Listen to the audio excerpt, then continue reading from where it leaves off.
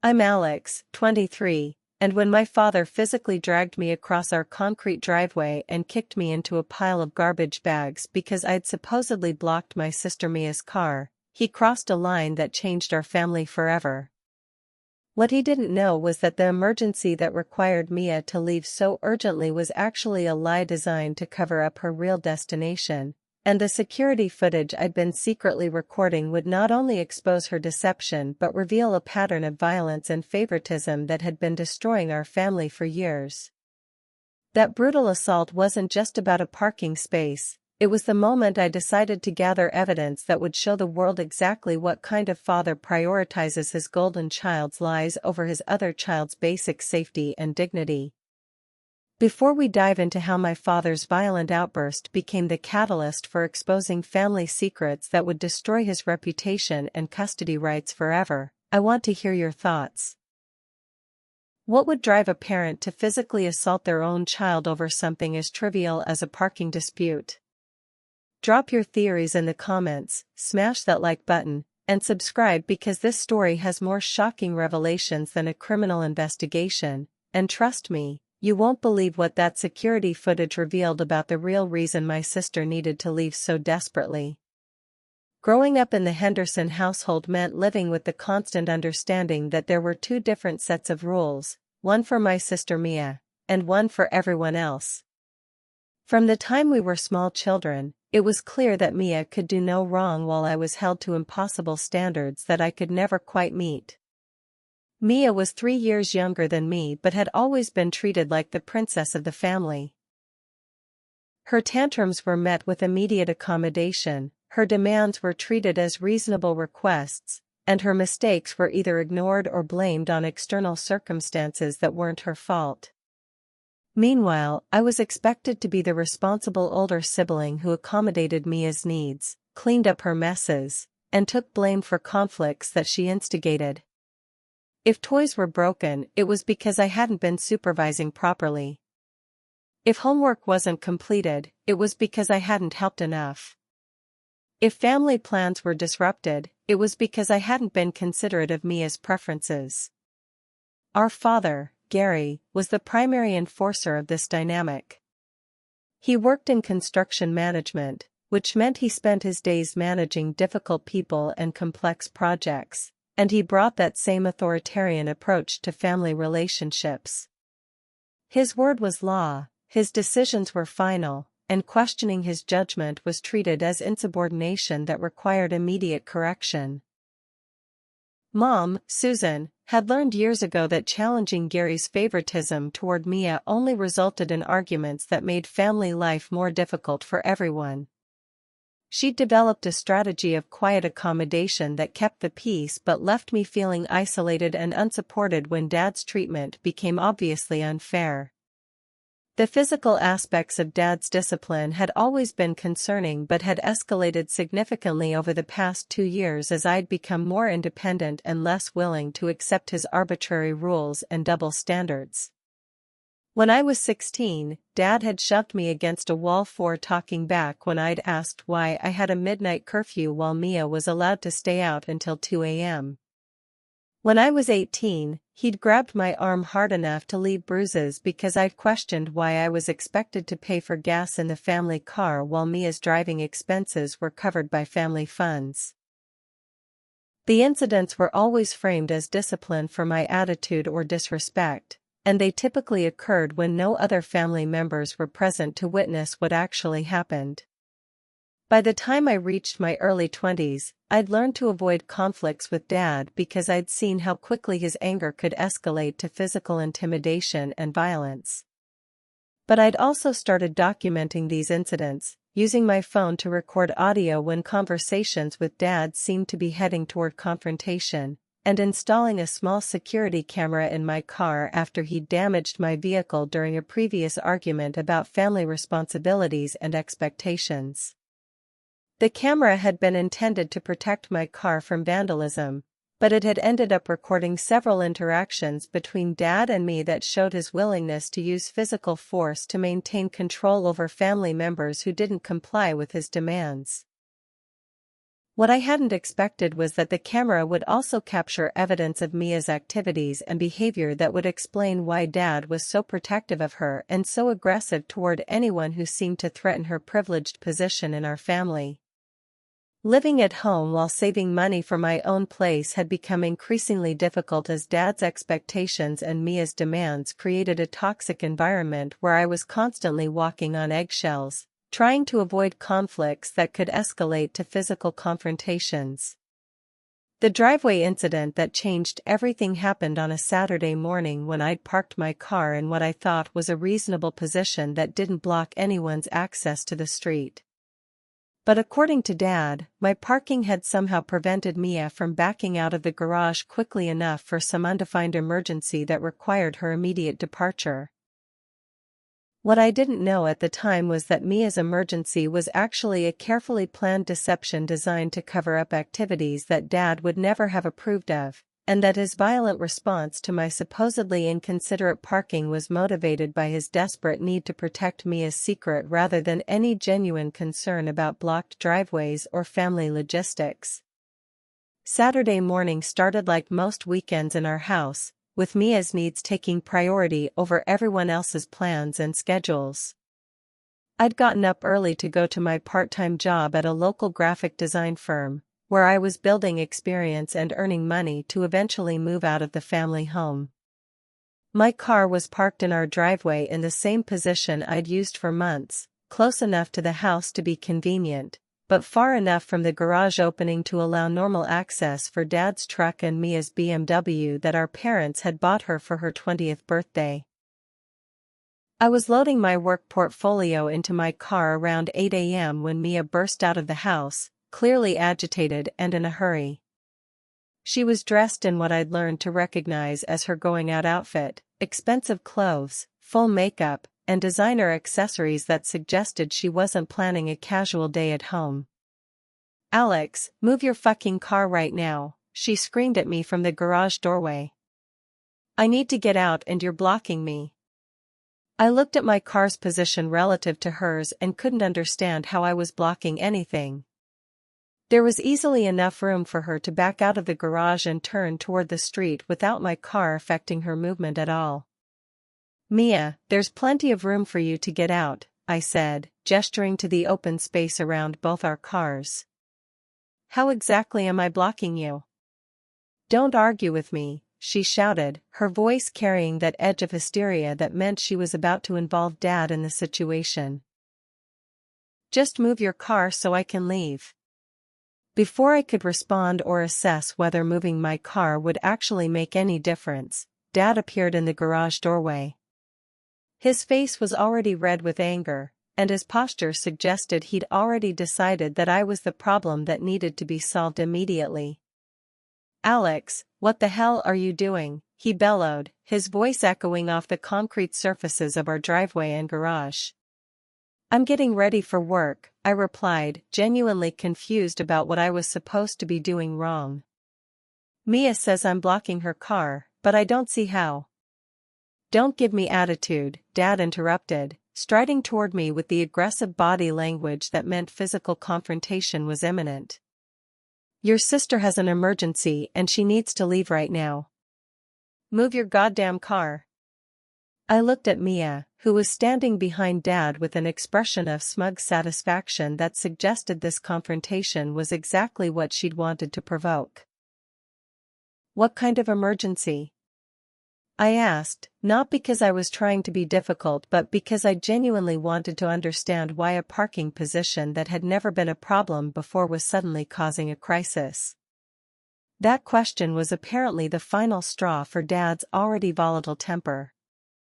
"You don't get to question family emergencies," he roared, grabbing my arm with enough force to jerk me away from my car door. "You move that car right fucking now or I'll move it myself." The grip on my arm was painful and the aggression in his voice was escalating beyond anything the situation warranted. This wasn't about parking logistics, it was about Dad's need to demonstrate his authority and Mia's ability to mobilize that authority against me whenever she felt inconvenienced. "Dad, let go of my arm," I said, trying to keep my voice calm despite the pain and the public nature of this confrontation. "I'll move the car, but you don't need to grab me. I'll let go when you stop being a selfish little shit who thinks the world revolves around your convenience," he snarled, tightening his grip.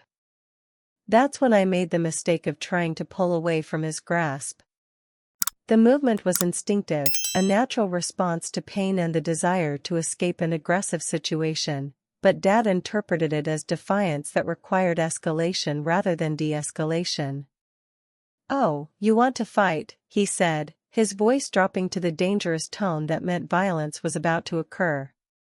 "You think you can physically resist me in my own driveway?" Before I could explain that I wasn't fighting but just trying to get away from his painful grip, Dad used his hold on my arm to yank me away from my car with enough force to make me stumble.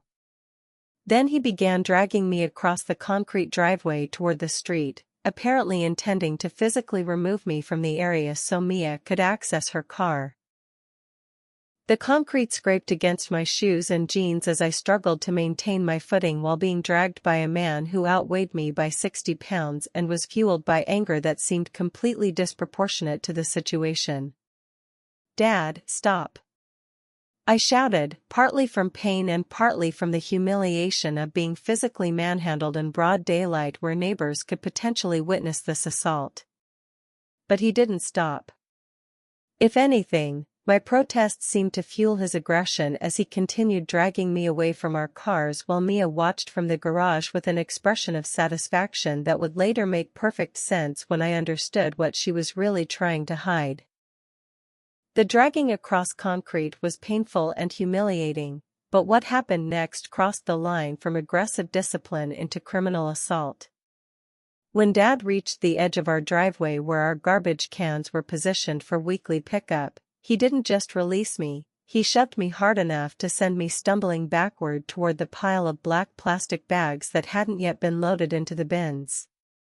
"Maybe you'll learn some respect when you're sitting in the trash where you belong," he snarled, his face twisted with an anger that seemed to come from somewhere much deeper than frustration over parking arrangements. I tried to catch my balance, but the momentum from his shove combined with the uneven surface of the garbage bags made it impossible to stay upright. I fell backward into the pile of trash, feeling the bags burst under my weight and spill their contents across the concrete and onto my clothes. The physical pain was significant. Concrete scrapes on my arms and legs, a twisted ankle from the awkward fall, and the impact of landing hard on garbage bags that provided no cushioning. But the emotional damage was worse. This was my father, the man who was supposed to protect me, physically assaulting me and literally kicking me into the trash in front of our house where neighbors could witness the whole degrading spectacle. As I struggled to get up from the pile of garbage, Dad delivered what he apparently thought would be the final lesson of this confrontation. "Next time I tell you to move your car, you move it immediately," he said, standing over me like a conquering warrior. "I don't want to hear questions, excuses, or attitude. You do what you're told when you're told to do it." The threat was clear: comply with his demands instantly and without question, or face physical violence that would escalate until I submitted to his authority. Mia chose that moment to back out of the garage, her BMW moving slowly past where I was sitting in the spilled garbage. As she drove by, she rolled down her window just long enough to say, "Thanks for finally being helpful, Alex," before speeding away to whatever destination was so urgent that it required my violent removal from a parking space that hadn't actually been blocking her exit. Dad watched her drive away, his anger seeming to dissipate as soon as Mia's needs were satisfied and his authority had been demonstrated through physical dominance. "Clean up this mess," he ordered, gesturing to the spilled garbage that had resulted from his assault. "And next time, think about other people before you act." The victim blaming was perhaps the most infuriating aspect of the entire incident. I'd been physically dragged, shoved, and kicked into garbage because of a parking dispute that I still didn't understand, and now I was being held responsible for the mess that had been created by Dad's violent overreaction to a non-existent problem. But as I sat in that pile of garbage, covered in coffee grounds and food scraps, scraped and bruised from being dragged across concrete, something shifted in my understanding of our family dynamic and my options for dealing with Dad's escalating violence. This incident had crossed legal lines. What Dad had done wasn't discipline or even aggressive parenting, it was assault and battery committed against an adult child who'd posed no threat and had been trying to comply with his demands. More importantly, I had evidence. The security camera I'd installed in my car to prevent vandalism had been running throughout the entire incident, capturing video footage of Dad dragging me across the driveway, shoving me into the garbage, and delivering his threatening ultimatums while I struggled to get up from the spilled trash bags. For the first time in my adult life, I had objective documentation of Dad's violent behavior that couldn't be dismissed, minimized, or reframed as something I'd provoked through disrespect or attitude. As I cleaned up the garbage and washed the scrapes on my arms and legs, I made a decision that would change our family relationships permanently. I was going to use that footage to hold Dad accountable for his actions, regardless of the consequences for family harmony or his reputation in our community. But first, I needed to understand what had been so urgent about Mia's departure that it had justified this level of violence to ensure her quick exit from our driveway. The answer to that question would reveal family secrets that made Dad's protective aggression toward Mia make perfect sense, while also providing additional evidence of the favoritism and double standards that had shaped our household dynamics for years. After cleaning myself up and documenting my injuries with photos that clearly showed the scrapes, bruises, and torn clothing from Dad's assault, I decided to review the security footage to understand exactly what had been captured and how it might be used to hold him accountable for his violence. What I discovered was far more revealing than just evidence of assault. The camera had been recording for several hours before the incident, capturing Mia's preparation for her supposed emergency departure and providing context that explained why Dad had been so determined to ensure her quick exit from our driveway. The footage showed Mia leaving and returning to our house multiple times during the early morning hours, each time carrying bags or boxes from her car into the house, then bringing different items back out to load into her BMW. This wasn't the frantic preparation of someone dealing with a sudden emergency, it was the careful, systematic activity of someone moving items or preparing for a planned departure that she didn't want family members to understand or observe. Most revealing was audio captured when Mia had taken a phone call in our driveway around 6 a.m., apparently unaware that she was close enough to my car's recording equipment to be clearly heard. "I've got everything packed," she'd said to whoever was on the other end of the call. "Dad doesn't suspect anything, but I need to get out of here before Alex starts asking questions about what I'm carrying." This is where I need to pause and ask all of you following this family violence and deception. Have you ever discovered that someone's emergency was actually a cover-up for activities they didn't want exposed? Have you realized that violence was being used to protect someone else's secrets rather than address any real problem you'd caused? Hit that like button if you're ready to see exactly what kind of emergency justified a father physically assaulting his child, and subscribe because what I discovered about my sister's real activities will show you why some people will do anything to protect their golden child's reputation, even if it means committing crimes against their other children. The phone conversation continued with details that made it clear Mia wasn't dealing with any kind of legitimate emergency. Instead, she was coordinating the movement of items that she described as merchandise that needed to be delivered to specific locations without family knowledge. "Tell Marcus I'll be at the usual spot by 9 a.m., she'd said. "I've got about $2,000 worth of inventory, and Dad thinks I'm going to help Rachel move into her new apartment." $2,000 worth of inventory that needed to be moved secretly, coordinated with someone named Marcus at a usual spot that wasn't her friend Rachel's apartment. The pattern suggested Mia was involved in some kind of business or trading activity that she was hiding from our parents, and that Dad's violent response to my parking had been motivated by his desperate need to protect her ability to leave quickly without scrutiny. But the most damaging evidence came from additional security footage I'd forgotten about: the camera I'd installed outside my bedroom window after Dad had thrown objects at my door during a previous argument. That camera had captured Mia's late-night activities for several weeks, showing a pattern of secret departures and returns that painted a very different picture of her lifestyle than what she presented to our parents. The footage showed Mia leaving our house regularly around midnight and returning between 3 and 5 a.m., always carrying bags or boxes that she moved carefully to avoid making noise that might wake other family members. She'd been using our house as a storage and staging location for some kind of business operation that required secrecy and coordination with people our parents had never met. Most concerning was footage from the previous weekend showing Mia and two unfamiliar young men loading large quantities of what appeared to be retail merchandise into multiple cars in our driveway.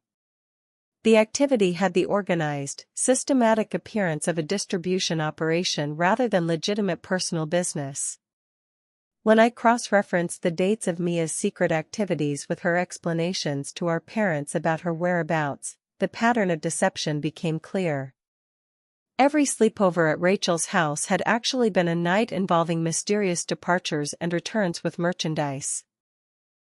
Every helping friends move had actually been a coordinated logistics operation involving people our parents had never been introduced to. Mia had been using our family home as a base of operations for what appeared to be some kind of retail theft or resale operation, and Dad had been unknowingly protecting her criminal activity by ensuring she could leave the house quickly whenever her business required immediate departure. His violent assault on me hadn't been about parking logistics or family respect. It had been about protecting Mia's ability to continue using our house for illegal business operations without interference from family members who might ask uncomfortable questions about her activities. The irony was devastating. Dad had physically dragged me across concrete and kicked me into garbage to protect his golden child's ability to conduct what appeared to be criminal business operations from our family home, all while lecturing me about respect, responsibility, and family obligations. But the evidence I'd gathered would do more than just expose Mia's secret activities. It would provide law enforcement with documentation of both Dad's assault and Mia's potential criminal enterprise, creating legal consequences for both of them that would permanently change our family dynamics. Armed with hours of security footage documenting both Dad's violent assault and Mia's suspicious business activities, I faced a decision that would either restore some justice to our family dynamic or destroy our relationships permanently. The evidence was clear and damning, but using it would mean involving law enforcement in family matters that had been kept private for years. I spent the next 3 days carefully reviewing all the footage, documenting injuries from Dad's assault, and researching the legal options available to adult children who'd been victims of domestic violence. What I discovered was both empowering and sobering. Dad's actions constituted clear criminal assault, but pursuing charges would require me to be prepared for the social and family consequences of publicly accusing my father of violent crimes. The decision became easier when I realized that Dad's violence was likely to escalate if he faced no consequences for dragging me across concrete and kicking me into garbage. The incident had been witnessed by at least 2 neighbors, and Dad's complete lack of remorse afterwards suggested he viewed physical assault as an acceptable tool for maintaining family control.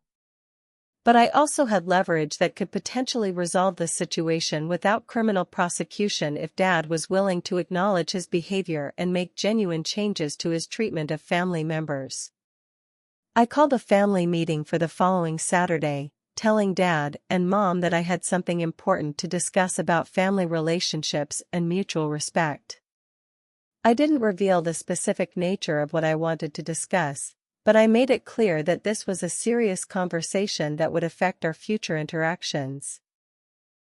When Saturday arrived, I set up my laptop in our living room and prepared to show my parents exactly what their precious golden child had been doing with our family home, and exactly what their father and husband had done to protect her secret activities. Dad arrived for the meeting with his typical attitude of authority and impatience, clearly expecting another conversation where I would be lectured about my responsibilities and expectations as the older sibling who needed to be more accommodating of Mia's needs. "Alex," he said before I could even begin, "if this is about last weekend's parking situation, you need to understand that family emergencies require immediate cooperation, not questions and delays." The casual dismissal of his violent assault as a parking situation told me everything I needed to know about his willingness to acknowledge wrongdoing or change his behavior voluntarily. "Dad," I said, opening my laptop and turning the screen toward him and Mom, "this meeting is about showing you exactly what happened last Saturday, and what's been happening in our house for months that you've been unknowingly protecting through violence." The first video I played showed Dad dragging me across the driveway, shoving me into the garbage, and delivering his threatening ultimatums while I struggled to get up from the spilled trash bags. The footage was clear, undeniable, and horrifying to watch from an objective perspective. Mom gasped when she saw the violence, covering her mouth with her hands as she processed what her husband had done to their adult child over a parking dispute. Dad's face went through several expressions: surprise that the incident had been recorded, anger that I'd been documenting family interactions, and something that might have been recognition that his behavior looked far worse on video than it had felt in the moment. "Alex," he said, his voice defensive but lacking its usual authority, "you were being disrespectful and refusing to cooperate with a family emergency." "What family emergency?" I asked, starting the second video that showed Mia's secret nighttime activities and business operations. Because this footage shows exactly what Mia's emergency was really about. The security footage of Mia loading merchandise into multiple cars, coordinating with strangers in our driveway, and conducting what appeared to be organized retail operations was devastating evidence that her urgent departure had nothing to do with helping friends or handling legitimate crises. "She's been using our house as a storage and distribution center for what appears to be stolen merchandise," I continued, showing additional footage of her secret departures and returns with bags and boxes. "And you physically assaulted me to protect her ability to continue these activities without family interference." Dad was staring at the laptop screen in shock as the scope of Mia's deception became clear. His golden child, the daughter he'd protected through violence and favoritism, had been systematically lying to him about her activities while using their family home for criminal enterprises. "This can't be right," Mom whispered, watching footage of strangers loading items into cars in their driveway. "Mia wouldn't be involved in anything illegal." "Mom, I have weeks of footage showing this pattern," I replied, scrolling through additional videos that documented Mia's business operations. "She's been conducting large-scale retail theft or fraud operations from our house, and Dad has been enabling it by ensuring she can leave quickly whenever her business requires immediate departure." The evidence was overwhelming and undeniable. Dad's violence had been protecting criminal activity that put our entire family at legal and financial risk, while I'd been physically assaulted for threatening to interfere with operations I hadn't even known were happening. But I had one more revelation that would complete their understanding of the situation and provide them with a choice about how to handle the consequences of what they'd learned. "Dad, Mom," I said, closing the laptop after they'd seen enough footage to understand the full scope of both the assault and Mia's criminal activities, "you now have complete documentation of Dad committing assault and battery against me, and evidence of Mia using our house for what appears to be organized retail theft operations." The room was silent except for Mom's quiet crying as she processed the realization that her husband had violently assaulted their child to protect their other child's criminal enterprise. "This evidence is sufficient for criminal prosecution of both Dad for assault and Mia for theft, fraud, and whatever other charges apply to her business operations," I continued. "But before I decide whether to report these crimes to police, I want to give you an opportunity to address the situation as a family." Dad's face was cycling between anger at being confronted with evidence of his violence and shock at learning about Mia's deception. "Alex, you can't seriously be considering involving police in family matters. Dad, you dragged me across concrete and kicked me into garbage. That's not a family matter, that's a criminal assault. And Mia has been conducting criminal operations from our house, putting all of us at legal risk. These aren't family discipline issues, they're serious crimes that have consequences." I pulled out a folder containing printed screenshots from the security footage, copies of my injury photos, and documentation I'd prepared outlining the legal options available to me. "Here's what's going to happen," I said, setting the folder on the coffee table between us. "You have 48 hours to decide whether to handle this situation responsibly or wait for law enforcement to handle it for you." Mom looked up from her tears. "What do you want us to do?" "I want Dad to admit that he physically assaulted me without justification and seek anger management counseling to address his violent behavior. I want Mia to come clean about her business activities and take responsibility for putting our family at legal risk. And I want both of you to acknowledge that the favoritism and double standards in this house have created a toxic environment where violence is used to protect criminal behavior." The demands were reasonable given the severity of what had been exposed, but they required Dad and Mom to fundamentally change their approach to family dynamics and acknowledge patterns of behavior they'd been enabling for years. "And if we don't agree to your conditions?" Dad asked, his voice carrying the defensive anger that meant he was still viewing this as a power struggle rather than accountability for criminal behavior. "Then I report the assault to police, provide them with all the security footage of Mia's activities, and let the legal system handle both situations according to law rather than family preferences," I replied. "Alex, please," Mom said, "this would destroy our family. Your father would have a criminal record, Mia could go to prison, and our reputation in the community would be ruined. Mom, our family has already been destroyed by Dad's violence and Mia's criminal behavior. I'm offering a chance to address these problems privately before they become public legal issues. But I also had one more piece of information that would influence their decision about cooperation versus legal consequences. There's something else you need to know," I said, pulling up additional footage on my laptop. "This isn't the first time Dad has been violent with family members, and it's not the first time Mia has used our house for questionable activities." The additional evidence showed patterns of both Dad's aggressive behavior and Mia's deceptive activities that went back months, creating a comprehensive picture of systematic dysfunction that had been building toward the driveway assault for a long time. I have documentation of Dad throwing objects, making threats, and using physical intimidation repeatedly over the past year, I explained, showing footage of previous incidents. And I have evidence of Mia conducting business operations from our house that have involved hundreds of thousands of dollars worth of merchandise movement. The scope of both problems was far larger than what they'd seen in the initial videos, and the legal exposure was potentially devastating for both Dad and Mia if law enforcement became involved. "So your choice isn't just about one assault and one criminal enterprise," I concluded. "It's about whether you want to address systematic patterns of violence and criminal activity privately through family accountability, or publicly through criminal prosecution and legal consequences." The 48-hour deadline I'd given them wasn't arbitrary. It was the amount of time I'd calculated that Dad and Mia would need to attempt damage control or evidence destruction if they chose confrontation over cooperation.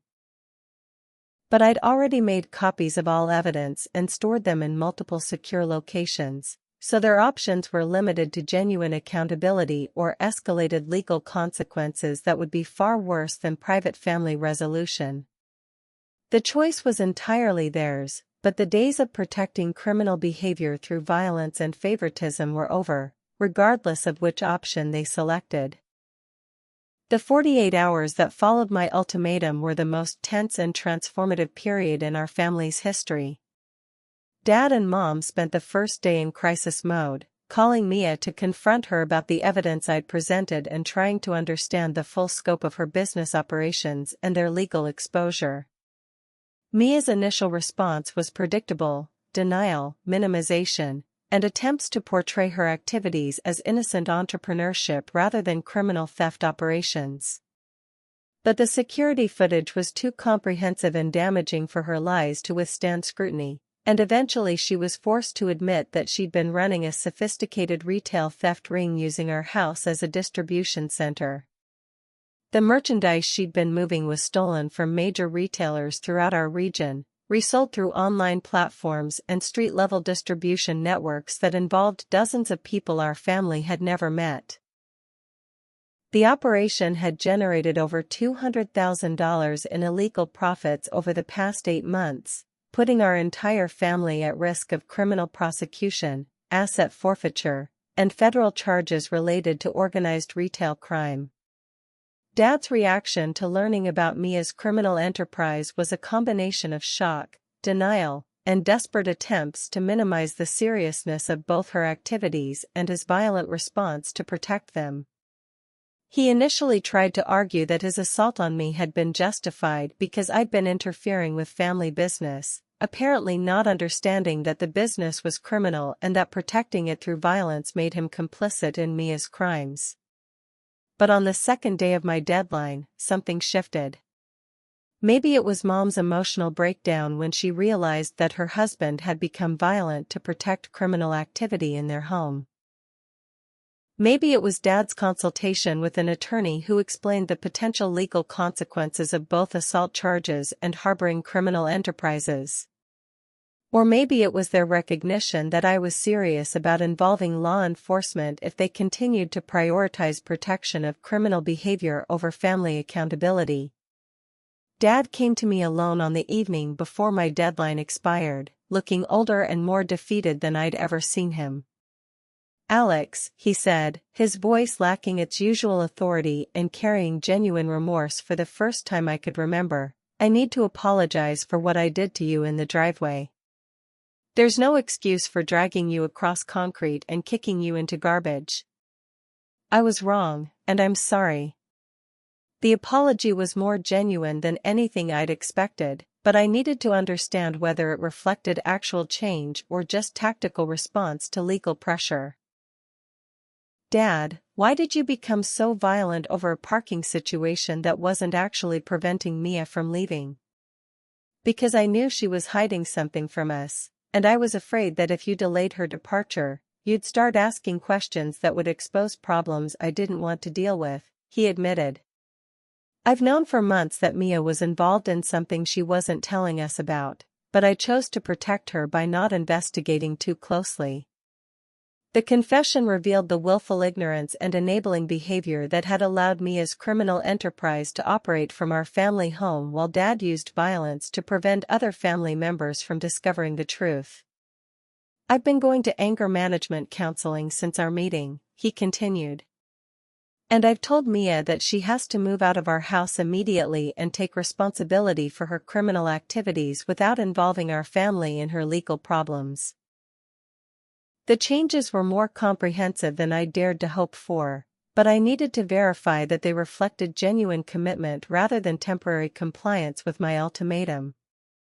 Over the next several weeks, Dad followed through on his promises in ways that fundamentally transformed our family relationships.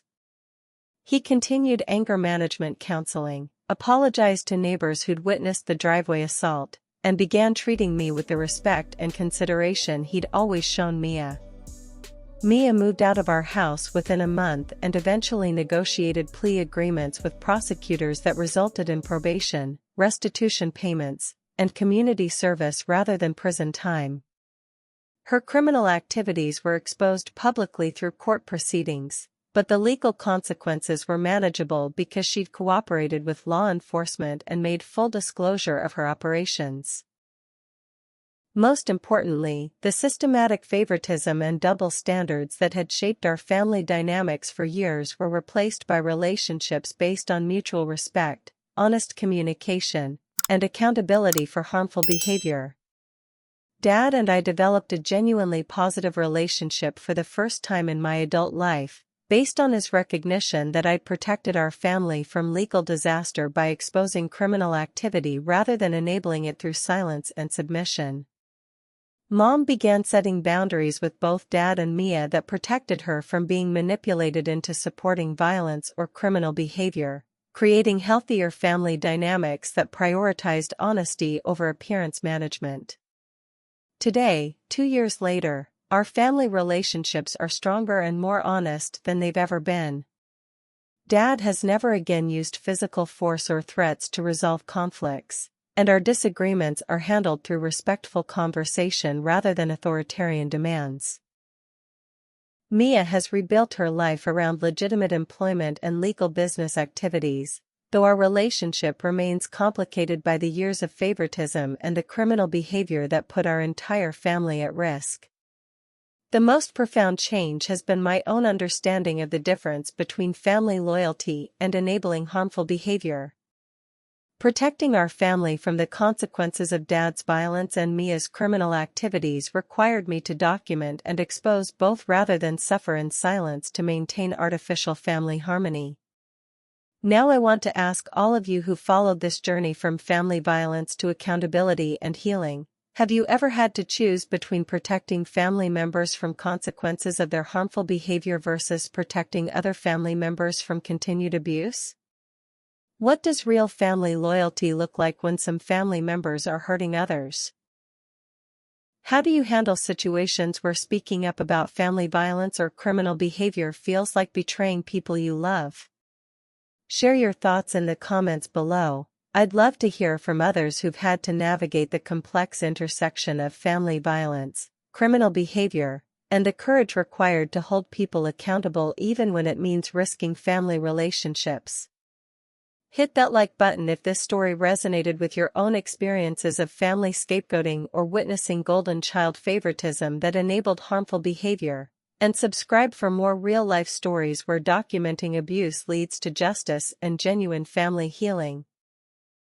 Share this video with anyone who needs to remember that family loyalty doesn't mean accepting violence or protecting criminal behavior, that security cameras can provide the evidence needed to hold abusive family members accountable, and that sometimes the best thing you can do for your family is refuse to enable their worst behaviors, even when that refusal comes with significant personal risk.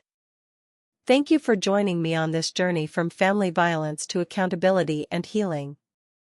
Remember that you deserve to be treated with respect and safety by family members, that violent behavior always escalates unless it faces consequences, and that protecting criminals through silence often makes you complicit in their crimes against other victims. Until next time, may your family relationships be built on mutual respect rather than fear and favoritism, and may you always have the courage to document and report abuse, even when the abusers are people who claim to love you.